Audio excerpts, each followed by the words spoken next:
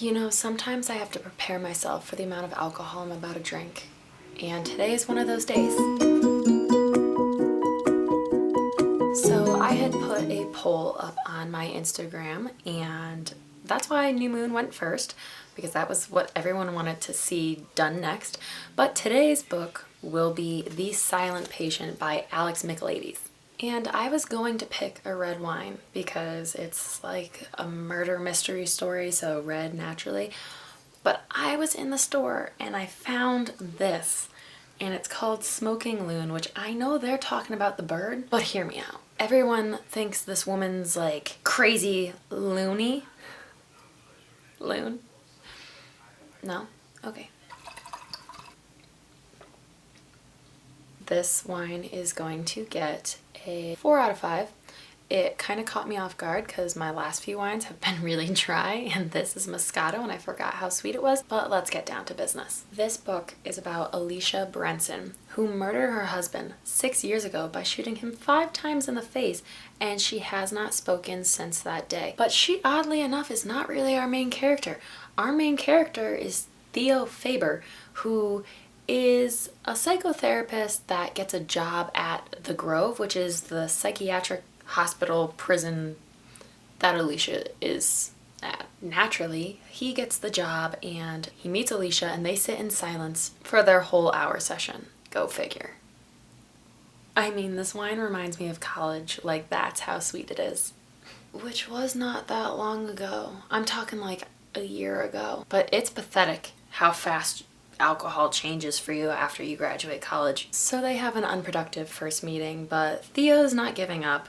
And so now we're going to jump to his past, because that's what this book does. Anyway, so we learn that Theo is married to this woman named Kathy, and she seems really sweet and nice, and they seem great. Jump back to the present, and Theo is talking to the director of the Grove, and he's like, hey, listen, if you want me to get anywhere with Alicia, I need her not to be on like horse tranquilizers 24/7.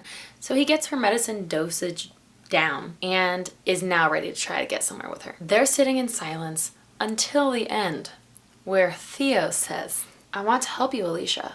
I need you to believe that. The truth is, I want to help you see clearly. If I were you, I'd remember that phrase. That's all I'm saying.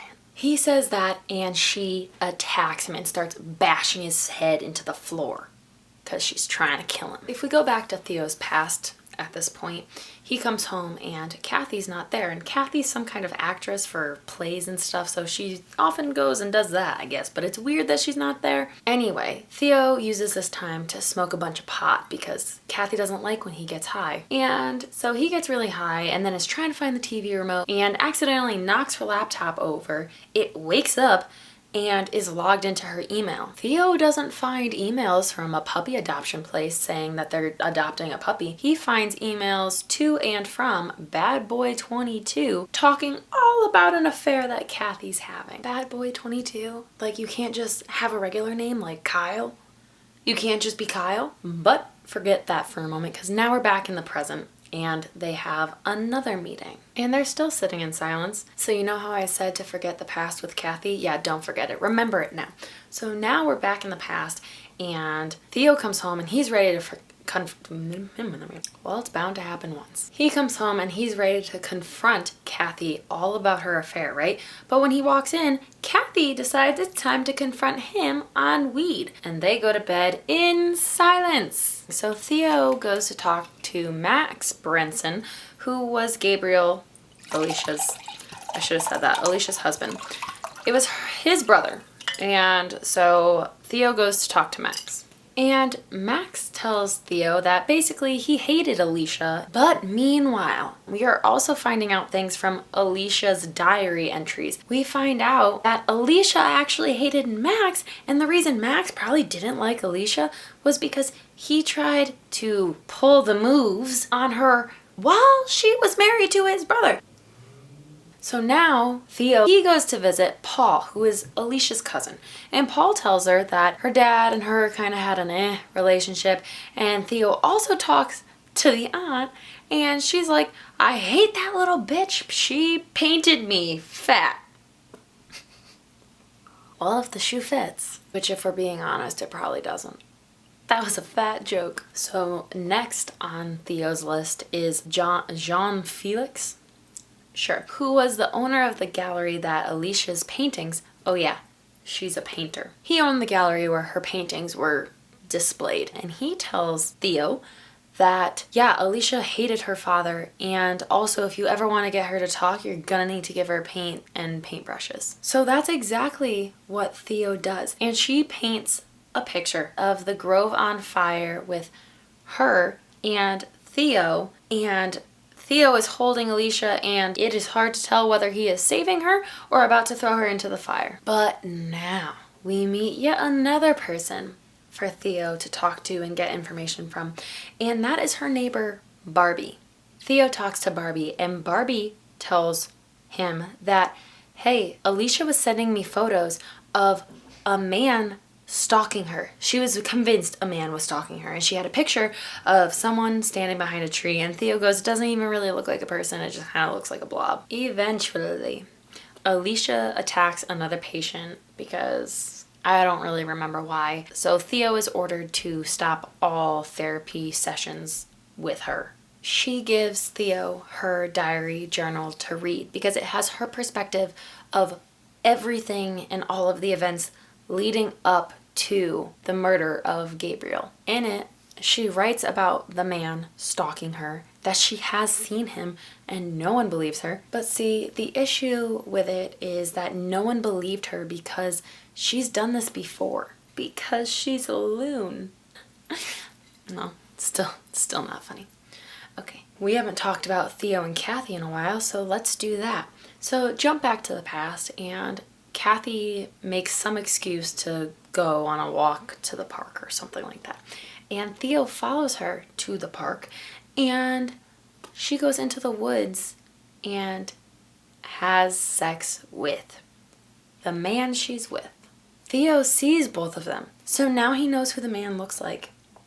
What the man looks like.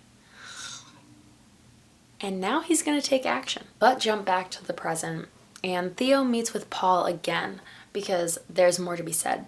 And Paul tells him that, hey, after Alicia's mom died in a car accident, because she died in a car accident, poof, Alicia overheard her father say, why did she have to die? Why couldn't it have been Alicia? So now Alicia and Theo meet again, and Theo tells Alicia, hey, you need to start talking because I'm already not supposed to be meeting with you. And she speaks. Okay. No. It is so sweet. I'm dropping it to like a 2.5 out of 5. I guess I just don't do sweet wines anymore. But the show must go on. So Alicia finally tells Theo what happened that night with her husband's death, and it was an intruder, and she tells this whole story, and Theo knows it's a lie. But enough of that story for a second. Let's go back to Theo and Kathy. Kathy and her lover meet up again, and Theo follows him home. So now Theo knows where the man lives, and in his observing, he notices that this man also has a wife. So him and the wife are on the same boat. They're both being cuckolded. Wait, can that even be a verb? It's a noun. You are a cuckold. Can you be cuckold? Cuckolded. To be researched. Back to the present from Theo's perspective, and he goes back to the grove to talk to Alicia, only to find out that she's in a coma. And everyone assumes it's because she took too much of her medicine and it was an overdose. But he finds a little hole in her arm from a needle, and he's like, this was no accident, this was murder. And now are you ready for the book drop? So in the present, Alicia's in a coma. In the past, he goes back to his wife's lover's house, and he's decided that he is going to break in. He breaks in knowing full and well that the man is not home, but the wife is. And so he breaks in and comes face to face with no one other than Alicia Berenson. So here's what happened. Theo broke into Alicia Berenson's and Gabriel Berenson's household because the man helping his wife have an affair on him was none other than the Gabriel Berenson. And so he breaks into their house, ties both of them to the chair, and tells Gabriel, I'm gonna kill either you or your wife. Who is it? Now, men, the answer should be obvious. But Gabriel hesitates, and he says, I don't want to die. Because he doesn't actually love Alicia, because he's been cheating on her with Kathy. So Theo walks around to Alicia's chair, because they're sitting, Alicia and Gabriel are sitting back to back. And he says, I'm sorry, Alicia, but now that you know, you're better off dead. And he shoots the ceiling. Somewhere in there, he must have said, the truth is, I want to help you see clearly, because she says he said it, but when you read the diary part of it, like, it doesn't say it, but at any rate, he shoots the gun into the air and leaves without saying a word. And so he leaves Alicia alive and Gabriel alive, thinking Alicia's dead, sitting back to back, and Gabriel's like, Alicia, Alicia, oh my God, no. So she unties herself, grabs the gun that Theo so conveniently left behind, and shoots her husband 5 times in the face. And then she tries to kill herself, but the police show up and stop her. So Alicia knew that Theo was that man who broke into her house that night after he said that exact line that I told you would be important and not to forget, even though now I've forgotten it. But she knew it was him. And so then when she lied about how her husband died, Theo knew that she knew that it was him. And so he had to get rid of her. So he was the one who put the needle of morphine into her wrist to put her into a coma, because he didn't really want her dead, because he wanted her close. Because I guess he was never trying to kill anyone. Theo goes home to Kathy, who is now devastated because her lover is dead. And Theo's like, oh boo. A detective shows up and is like, well, it turns out that Alicia had written the events of getting stabbed with morphine and realizing Theo was the one who broke into her house that night, all in her diary. The detective found it and now knows that Theo was the man that tried to put her in a coma and broke into her house. Theo gets arrested, and the rest is history. So here's the breakdown. The book cover is what? Oh my. The book cover has been saved, and it is a 5 out of 5. You'll notice that it's like a rip, and this border is like the painting edge, like canvas edge, and the thing that is allowing this woman in the background with a mouth to speak is the fact that the painting is ripped open, and that's where they find her diary, journal, whatever. Characters are going to get a 3 out of 5 because none of them are really, truly, I feel like, all that developed. You know them, but like the plot is a 5 out of 5. I freaking love this book. It was so good and such an original tale. Like, yes, it's a thriller, but it's like a painter, thriller, murder mystery. The psychologist did it. The ending is a 4 out of 5 because you want to love it, and you do. You do love the ending, but also Alicia's in a coma and you don't want her there. Even though she did kill her husband, you still don't want her there because really it's not her fault. Theo set her up. The book drop is a 5 out of 5. The moment you find out that it's Theo, you kind of had no idea it was coming because Alicia never leads on to the fact that she thinks Gabriel's cheating. And so you have no idea that it's Gabriel and Kathy that start this whole chain of events. So The Silent Patient is going to get a 4.4 out of 5.